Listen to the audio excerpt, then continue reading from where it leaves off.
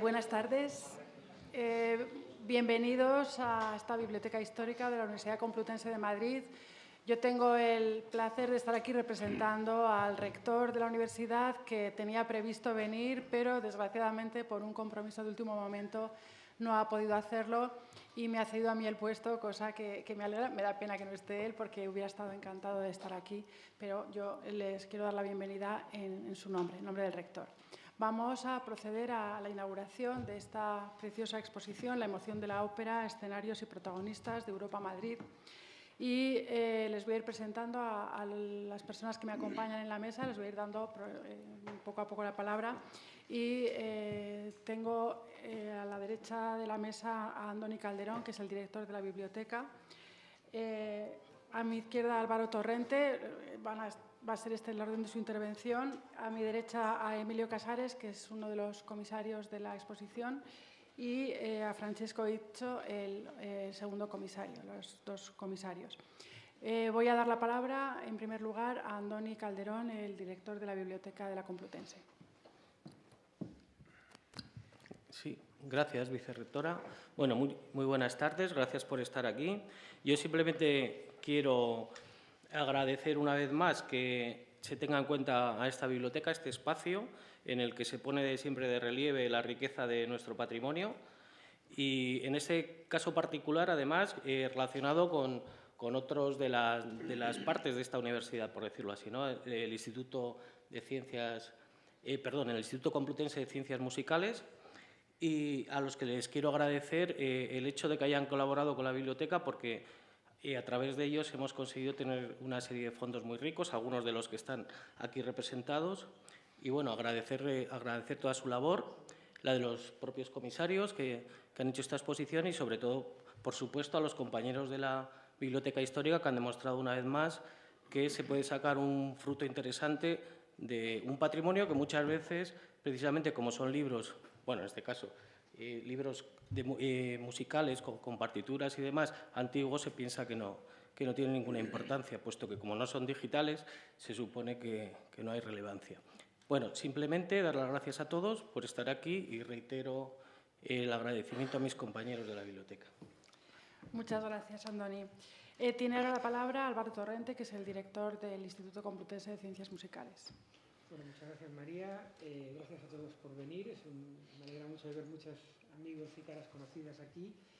Y yo no voy a hablar de la exposición porque tenemos dos expertos que van a ser los que hablen de ella, pero sí quiero destacar la importancia. En primer lugar, esta exposición es el resultado de, podríamos decir, casi un milagro, y es que unos fondos extraordinarios bibliográficos que se iban a perder fueron rescatados hace muchos años por Emilio Casares, y yo espero que nos cuente un poco cómo consiguió rescatarlos. Y es gracias a eso que ese fondo ahora está depositado en la Biblioteca Histórica de la Universidad Complutense, y aprovecho para agradecer a la Biblioteca Histórica, a su director y a su director general y a Mariana Gore por haberlo custodiado.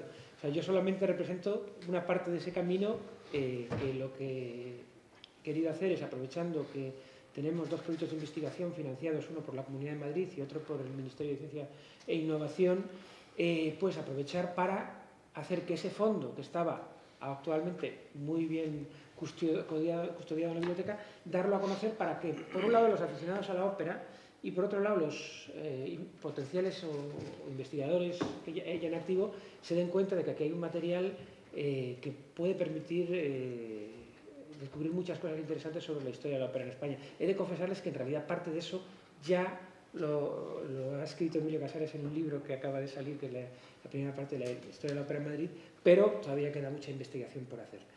He de agradecer a varias personas e instituciones que han colaborado. En primer lugar, Ruth Piquer y Laura Miguel catalogaron la parte manuscrita de este fondo cuando estaba depositado en la Biblioteca de Geografía e Historia, y fue un paso muy importante para conocer la profundidad de la colección. Y aprovecho para agradecer a Yela Carreira, que no está aquí hoy, pero que custodió durante mucho tiempo el fondo. Luego quiero agradecer a tres colaboradores institucionales que de distintas maneras han contribuido a hacer posible esto. En primer lugar, el Teatro Real, que está aquí representado por su director artístico, Joan Matabós, que nos han prestado varios objetos muy interesantes, entre ellos los 3 trajes de la vida breve de Falla, que están justo saliendo a la izquierda, y otra serie de objetos relacionados con la ópera que ha permitido dar un poco de color un poco los fondos bibliográficos, que a veces parecen muy áridos. Pero más importante que esto es que el Teatro Real ha incluido esta exposición en su programación anual.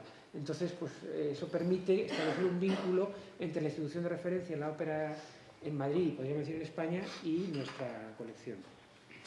También he de agradecer a la Sociedad General de Autores y Editores porque nos han prestado algunos objetos, a María Luz González Peña, que está aquí en representación de las GAE, porque ellos también tienen una colección de enorme valor y nos han prestado algunos objetos para complementar aspectos que en nuestra colección no estaban bien representados. Y también al Museo Nacional del Prado, que nos autorizaba a reproducir, desinteresadamente, un cuadro representando de Sorolla, representando el sueño de Fausto. No, de Fortuny. Y luego, también tengo que hacer una mención especial al equipo del ITMU, especialmente a Olivia García y a Judith Ortega, que han trabajado mucho en esta exposición, pero también muchísimo tiempo antes. Incluso he de decir que fueron ellas las que me convencieron, hay que hacer una exposición, y pues me dieron el pie para hacer este esfuerzo. Y finalmente, el equipo que ha hecho posible la exposición, los 2 comisarios, Emilio Casares y Francesco Izzo, que son 2 perfiles muy complementarios. Emilio es probablemente la persona que mejor conoce la historia de la ópera en nuestro país, y especialmente el siglo XIX, y además es el responsable de que tengamos esta colección aquí y que podamos verla, y por lo tanto es pues una figura fundamental para explicar esta colección.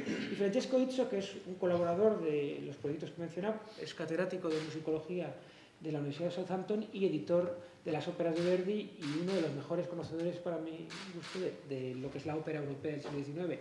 Y realmente el entusiasmo que ha mostrado de hacer esto, y sobre todo que nos ha permitido que fuera de nuestras fronteras conozcan una colección que, como él explicará, es realmente única. Y luego, además de los comisarios, agradecer a las coordinadoras Ruth Piquer y Mercedes Cabello, que son las que han llevado en sus espaldas en gran medida el peso de esta exposición. Y una última nota, esta solo es la primera. Tenemos más fondos musicales y lo que esperamos es que después de esta exposición, dentro de un año, quizás 2, podamos pasar a la siguiente, que será la exposición sobre Jacinto Guerrero. Y nada, está aquí representada la Fundación por Alberto González Lapuerta. Muchas gracias a todos. Muchas gracias, Álvaro. Tiene ahora la palabra el profesor Emilio Casares, uno de los 2 comisarios de la exposición. Buenas tardes. Yo he sido poco comisario, lo ha hecho el doctor Izzo y él se lo explicará. Yo sí me han pedido que explique cómo ha llegado esto aquí. Yo creo que en el 92 o 93 recibo una llamada de Andrés Ruiz Tarazona, muy nervioso, de que bajando por la calle Bola, famosa por su cocido, hacia el Real, se encontró en la acera 4 cajas grandes llenas de partituras viejas. Era muy tarde cuando me llamó, no nos pudimos ver, y al día siguiente, como a las 9 o algo así, estábamos desayunando. Las cajas las había llevado los recogedores de maleza que pasan todos los días por las calles, o sea, se las había llevado un camión, y teníamos un problema que no sabíamos, el piso era el bajo, de quién era. Entonces, afortunadamente, una señora que pasaba allí nos dijo: sí, es de fulano de tal que vive aquí. Así que vamos a ver al fulano de tal, y muy interesado nos abre la puerta. Era un piso de entorno gigantesco, a 300 metros, con muchas habitaciones, 2 salones grandes, y vean ustedes la impresión. La primera, había una habitación, y entonces al abrir la puerta no se pudo abrir la puerta porque a partir de aquí, a esta altura, era todo partituras, o sea, no se podía entrar, era así. Yo me puse muy nervioso, pero el siguiente era el salón, y aquello era un salón, la mitad de esto, y lo mismo, no se podía entrar en él, eran todo partituras. Y así los 300 metros cuadrados. Así que nos entró un susto gordo. Y el señor imperiosamente nos dijo, mire, en realidad había empezado, ya he tirado los días pasados más cosas porque esto está a punto de venderse y me han dado un mes para que desaloje el piso y no sé qué hacer con esto. Y entonces empezó la lucha con el señor. Pues mire, no, tenemos interés sumo, nosotros nos lo llevamos. No, pero tienen que hacerlo en 15 días. Digo, no, mire, en 15 días no podemos de ninguna manera, ni en 30. Así que terminó la negociación alquilándole el piso, pagado por el IGMO, 3 meses. O sea, nosotros fuimos dueños del piso durante 3 meses y pudimos trabajar. Ahí empezó un trabajo forzado, hicimos trabajos forzados de toda la gente que trabajaba conmigo, ahora insignes profesores de la universidad, entonces becarios. Ahí se compraron unas batas en mala hora blancas, que al día siguiente estaban negras, y nos pusimos muy nerviosos porque en realidad no sabíamos cómo caminar en aquel mundo. El señor inmediatamente nos legisló. Miren ustedes, se pueden quedar con todo menos con los materiales de orquesta. Los materiales de orquesta son de Ricordi y otras empresas que exigen que desaparezcan. Así que ustedes me van separando los materiales de orquesta. Afortunadamente, la mayor parte, digo afortunadamente, porque no eran manuscritos editados, y los otros objetos los dejan ustedes aquí y van colocando. Así que empezamos a hacer eso un mes, mes y medio, trabajando durísimamente, muy nerviosos porque aparecían joyas increíbles y además uno que se dedica a esto se encuentra la Traviata, pero de la primera edición, con unos y nos sigue, empieza a mirarla y se distrae. Yo tenía que estar allí con el látigo. Bueno, conclusión. Terminamos aquello, ahí encontramos, bueno, pues yo creo que toda la ópera europea del siglo XIX en su mayoría.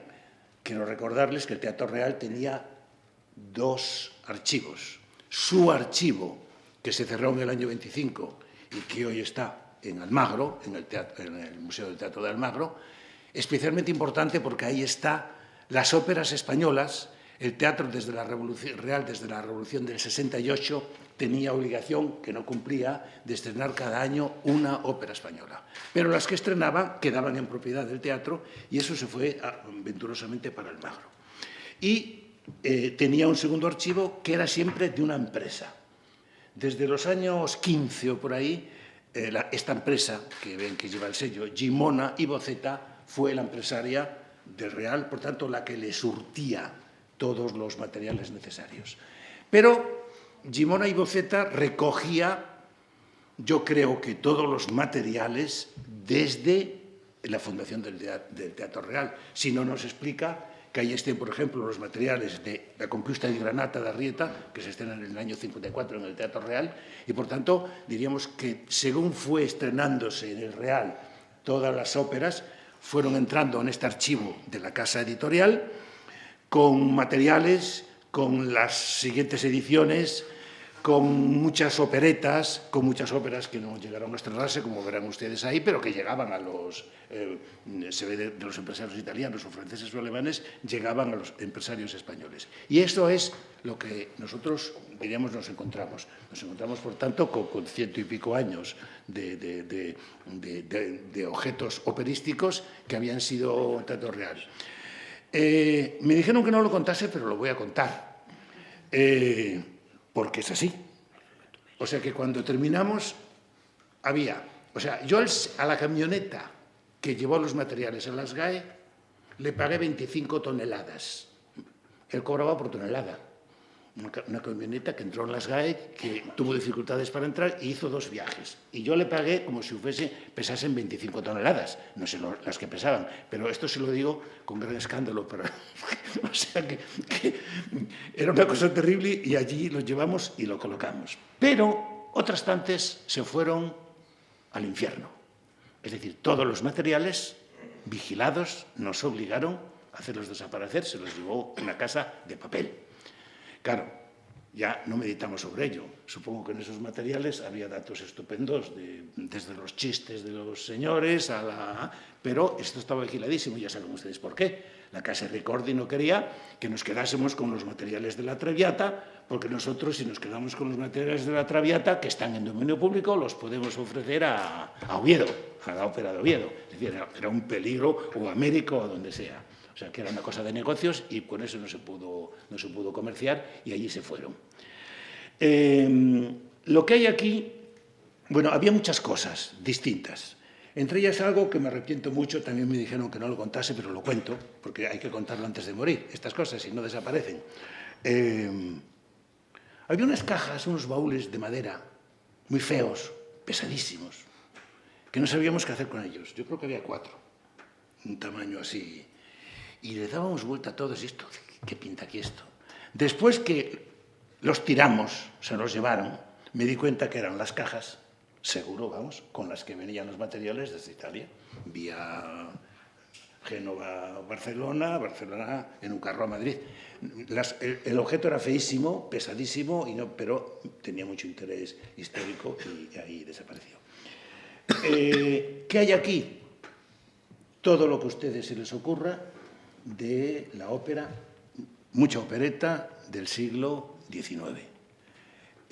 Por lo tanto, no es que haya Verdi o no, están todas las ediciones una detrás de otra, tanto de dirección orquestal, de canto y piano, y están también todos los materiales, incluido, eso sí, los materiales de orquesta, de obras raras que no estaban en el mercado y españolas. Yo les recuerdo unas cuantas, por ejemplo, la Ildegonda d'Arrieta, que estrenó Ligmu, la Conquista de Granata, que estrenó Ligmu, están aquí. Pero una muy importante, que es bellísima y que no sé cómo no se hace, que es Hipermestra de Saldoni, los únicos documentos que hay están aquí, los materiales de orquesta. Fuimos, no sé qué eran ustedes que tirábamos, éramos muy duros mirando todas las cosas y escogiendo para que no se... Hay, por ejemplo, el final de Don Álvaro, de Conrado, hay Bruniseta, de Morera, hay Edo de Irac, de Vives, que ya la tiene hecha, por cierto, el IGMU. Es decir, hay unas cuantas óperas españolas, pero están todas las ediciones europeas. Yo estoy pensando en las de Meyerbeer, a mí me gusta mucho Meyerbeer, son las ediciones fastuosas, con unas encuadernaciones fastuosas. Y hay dentro el misterio de la interpretación. O sea, es interesante coger las obras y ver lo que está tachado, lo que está doblado, lo que está añadido. Es decir, diríamos, para la musicología es interesantísimo ver que una cosa, que las obras no se hacían nunca como eran, prácticamente nunca, ahora somos muy puristas, se hacía lo que les daba la gana y se hacía lo que les daba la gana con algo, por un motivo muy interesante, porque tal obra de Verdi no había una soprano suficientemente buena y no tenía ningún problema, cortaban y lo ve uno. O sea que está la vida diaria del teatro real. Hay obras pues que me emociona mucho, como la que ven ustedes ahí de Ramón Carnicer, que es la primera obra, el primer Bellini, que se hace aquí en lo que era el Teatro Real, es decir, el Teatro Príncipe, no los Caños del Peral, sino el Teatro Príncipe, es el heredero, el antecesor del Teatro Real, y la trajo, y lo que he comentado, él estuvo en Milán esperando que se la escribiesen para traerla, y la hizo, que es ¿cómo se llama? ¿Qué obra es de...? No es de Verdi, es la de Bellini, es... ¿Cuál es con la obra de Bellini? Norma. Norma de Bellini, que se estrena con ningún éxito, fíjense ustedes lo que son los cambios, y tenemos ahí la obra con la que se hizo, es una cosa muy interesante. Bueno, el archivo es una colección realmente gigantesca. Esto que ven aquí no será ni el 5% de lo que hay, y por eso, en efecto, Álvaro lo ha dicho y es importante que esto, en fin, trascienda, se dé a conocer y dará para varias exposiciones, seguro, si se quieren hacer. Incluso para algunas exposiciones supóngase sobre Verdi o sobre Meyerbeer, por citarle dos autores muy... no tanto por Rossini, porque Rossini en los 50 ya había pasado un poquito de moda. Bueno, yo celebro muchísimo esta exposición. Desde que llegó, me sucedió Álvaro, yo le decía que esta colección tenía que aparecer en los bienes de la Casa Complutense, que estaba así como perdida ahí abajo, porque es una cosa única, yo creo que en Europa y en el mundo. Entonces, hoy hablé con Ruiz Tarazona, que tenía mucha memoria, dice que ya tiene menos, para que me contase cómo se llamaba el señor del piso, porque con el señor del piso tenía que ver algo con los Gimona y Doseta, ese es el motivo, ¿no? Y bueno, también sé, porque seguí la historia, que en efecto 5 meses después de irnos nosotros, el piso se vendió, ¿eh? Así que cumplimos con la obligación y hemos generado esta joya para todos los aficionados a la ópera, para la universidad y sobre todo, muy importante, para la investigación. Bueno, pues esto es el cuento, lo que sucedió, y venturosamente se podía hacer una reflexión sobre el destino de nuestro legado musical y llorar, hacer un lamento aquí, ¿no? Es decir, esto en ningún lugar civilizado ha sucedido. O sea, los franceses, los ingleses, los alemanes jamás dejaron perder nada. Fíjense que los únicos autores españoles de los que se conserva toda la obra son los que yo llamo en mi libro los transterrados, o sea, los exiliados. Es decir, García, que se fue a trabajar a París, Gomis, que se fue a trabajar a París, y el Estado francés no solo lo recibió, sino conserva absolutamente todo. En el caso de Gomis, además, cosa que descubrí hace poco, porque el gran Viardot, escritor especialista en el Quijote, marido de la Viardot, le pidió a Gómez antes de morir que le donase toda su obra, se la donó y está en la Biblioteca de Francia. O sea que realmente ha sido un milagro lo que ha sucedido aquí y tenemos que estar muy contentos. Nada más. Muchas gracias, Emilio. Tiene ahora la palabra el profesor Francesco Iccio, uno de los comisarios, profesor de la Universidad de Southampton. Gracias, María. Yo hablo castellano muy mal. Y lo siento mucho porque me encanta este país y adoro esta ciudad de Madrid y esta biblioteca. Estoy tratando de aprender, así que he intentado escribir algunos comentarios en castellano. Espero que me perdonéis si lo que digo no está del todo claro.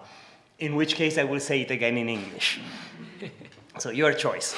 La exposición explora estos materiales increíbles, la mayoría de los cuales provienen del Fondo Bozeta, no solo para documentar grandes obras maestras o la frenética actividad de un grupo de empresarios que contribuyeron de manera formidable al próspero desarrollo de la ópera en Barcelona, en Madrid o muchas otras ciudades, sino también y especialmente para explorar las numerosas facetas del mundo de la ópera. La exposición es en 2 partes. La primera parte, las vitrinas de la 1 a la 10, traza las redes culturales a las que pertenece la ópera, desde la conexión con la literatura al uso de las grandes obras del teatro español como fuentes para óperas muy populares, empezando por el atractivo visual del exotismo en la ópera del último tercio del siglo XIX, hasta llegar al auge de las traducciones de ópera al español y la importante contribución de los compositores españoles a la historia del género. Hay vitrinas dedicadas a Shakespeare y Verdi, al teatro español como García Gutiérrez, el Duque de Rivas y a la ópera italiana. Hay imágenes, accesorios y partituras que, incluso si no se puede leer música, evocan personajes, historias cautivadores y lugares deslumbrantes. La segunda parte de la exposición, las vitrinas de la 11 a la 20, homenajea a los lugares, los protagonistas y las profesiones que hacen que la ópera esté viva como forma de arte. Los teatros de ópera no solo fueron lugares para el espectáculo, sino espacios de intensa actividad social y política. Tenemos una vitrina dedicada enteramente al Teatro Real de Madrid. Compositores, cantantes, directores, apuntadores, técnicos, sastres, costureras y muchas más profesiones ayudaron a traer noche tras noche la ópera al escenario. Hay vitrinas dedicadas a grandes compositores, cuyos retratos adornan las portadas y frontispicios de partituras del siglo XIX. Hay vitrinas que muestran los teatros, como el Teatro del Liceo en Barcelona, el Teatro San Carlos de Nápoles y también, claro, el Teatro Real de Madrid. Hay vitrinas que muestran esos teatros como espacios arquitectónicos, pero también sociales. Y hay vitrinas que honoran las grandes profesiones de la ópera, todas esas personas en el centro de atención, directores y cantantes especialmente, pero también hay otras personas que realizan trabajos como técnicos, costureras, los cuales son fundamentales para darle vida a la ópera. Ellos también tienen un lugar más importante en esta exhibición. A lo largo de la exposición, cada objeto ofrece una completa historia de profesionalidad, de pasión y trabajo incansable y arroja luz sobre los escenarios y protagonistas que permitieron que esta forma de arte floreciera de Europa a Madrid, trayendo al público sobre todo una eterna emoción.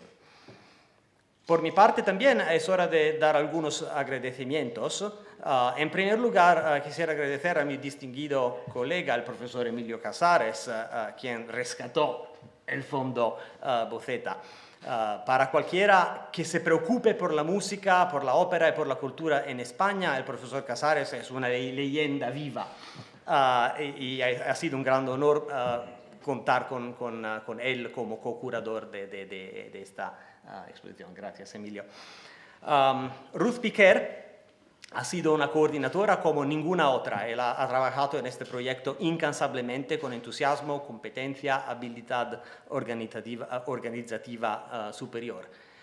Mercedes Cabello, de la Biblioteca Histórica Marqués de Valdesilla, la otra coordinadora, ha sido inestimable en su apoyo, paciente, amable, prestando su experiencia bibliotecaria al proyecto.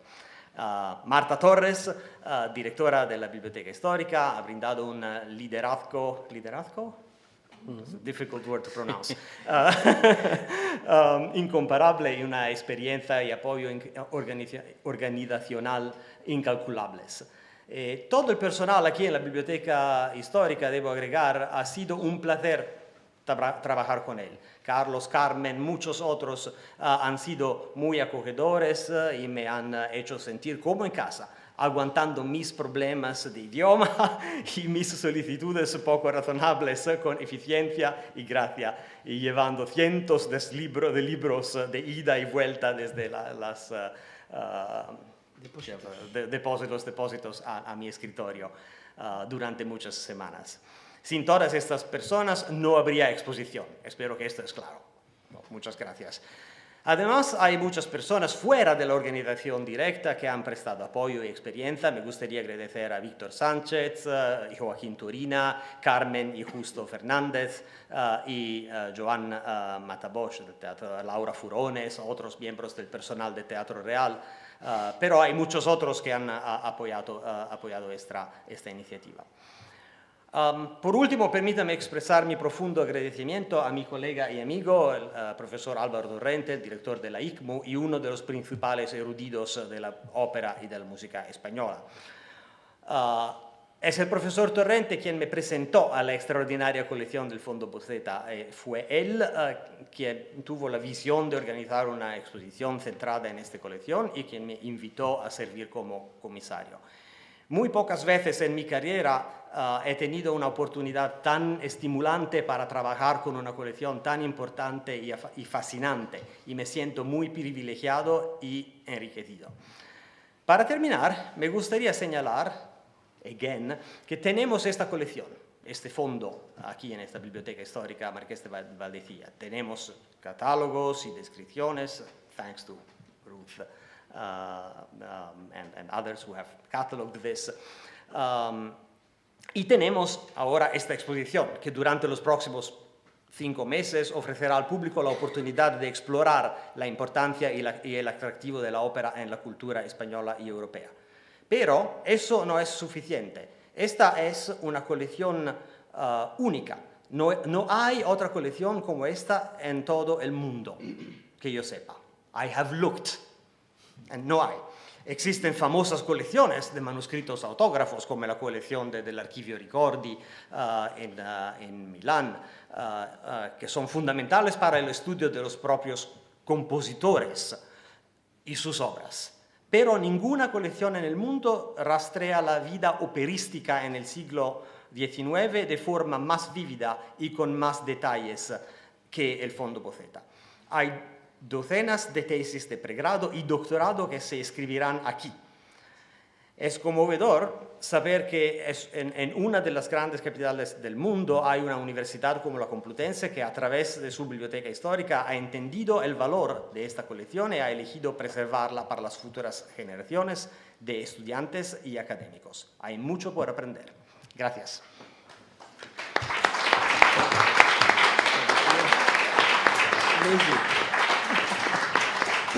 This was my debut as a Spanish speaker in public. Perfect. Muchas gracias, Francesco. Bueno, me toca a mí cerrar y también cerrar con una serie de agradecimientos. La verdad es que yo he dicho antes, me encanta estar aquí, me da pena a la vez que no esté el rector, porque yo sé que le hubiera gustado mucho, porque el rector, además de un gran amante de la cultura en general y defensor de la cultura, es que es un gran amante de la música también, y seguro que le hubiera encantado verla, y espero que pueda venir a acercarse a ver esta exposición, que es muy bonita, está muy bien montada, y por eso yo lo primero que voy a rogar es que todos los que están aquí, todos los presentes, aparte de agradecimiento porque hayan asistido a esta inauguración, que lo difundan, que difundan lo que tenemos aquí, las joyas, y lo bonita que es esta exposición, que es un escaparate de algo tan importante como lo que se custodia en la Biblioteca Histórica. Quería dar las gracias a la biblioteca, aquí representada en la figura de su directora, Andoni, y también la directora de la Biblioteca Histórica, por su gran sensibilidad, que además la demuestran constantemente por la música y porque entienden muy bien el valor que tienen los fondos musicales y porque siempre se prestan a que se organicen aquí cosas que difundan y que den a conocer estas joyas. Hace poco tuvimos también una microexposición. Se han organizado también, gracias a la biblioteca, muchos actos aquí relacionados con la música, jornadas, congresos, y la verdad es que siempre es de agradecer esa sensibilidad, que no porque sea el trabajo de la biblioteca es habitual y a veces no lo es, ¿no?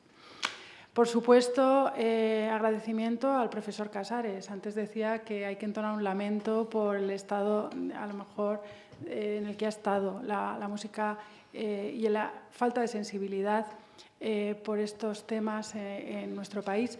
Pero yo estoy muy agradecida y creo que es un día alegre porque ese esfuerzo, él habla de trabajos forzados, creo que estas cosas solo se explican por el trabajo de mucha gente y siempre hay una persona que pone en la mira y se empeña en sacar las cosas adelante. Esto ha pasado no solamente con este fondo, sino con muchas otras cosas que ha iniciado el profesor Emilio Casares. Y yo quiero decir públicamente el agradecimiento que tenemos todos los músicos, los musicólogos en España, por haber abierto el camino de la musicología, porque él lo abrió y después otros lo siguieron y con un gran esfuerzo, ¿no? Cuando hablaba él de trabajos forzados, pues esos son los trabajos forzados. mucho esfuerzo, una gran fe en que esto había que hacerlo. Y esto es lo que también pasó con este fondo, ese empeño de decir, no, vamos a hacer lo que sea hasta alquilar ese piso, esa habitación, ese piso, para conseguir el fondo. Y luego también el que ese esfuerzo y ese empeño y esa fe en que esto había que hacerlo fue recogido por muchas personas. Se han citado aquí muchísimas personas e instituciones, no voy a repetir, pero es verdad que esto es fruto de un esfuerzo colectivo.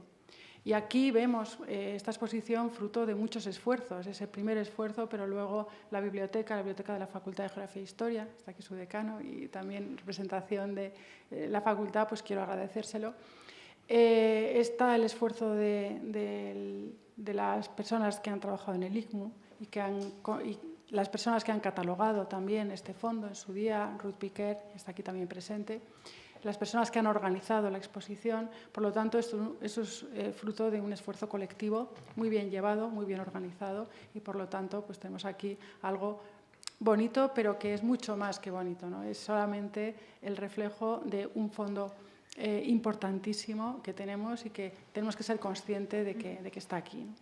Y que esto sea una oportunidad para mucha gente para conocerlo, para disfrutar y también para la investigación futura, que de eso se trata. Los fondos de la biblioteca están para que la gente venga a trabajar sobre ellos y aquí tienen todas las condiciones adecuadas. Por lo tanto, muchísimas gracias a todos por ese esfuerzo, por haber colaborado en hacer esta exposición tan bonita, y yo creo que ahora solo queda dar por inaugurada la exposición y acercarnos a verla. Para todos los que no hayan podido verla o lo hayan visto muy deprisa, pues acercarnos a poder verla. Y además, como están aquí los protagonistas, los que entienden y los que pueden explicar lo que han hecho, pues supongo que también ellos estarán encantados de ponerse a su disposición para explicarles lo que haga falta. Muchas gracias a todos.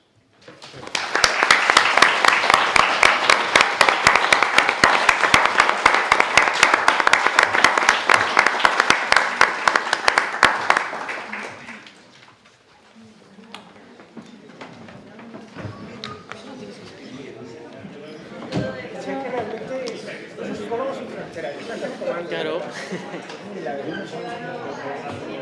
Yo no voy a hacer, pero es un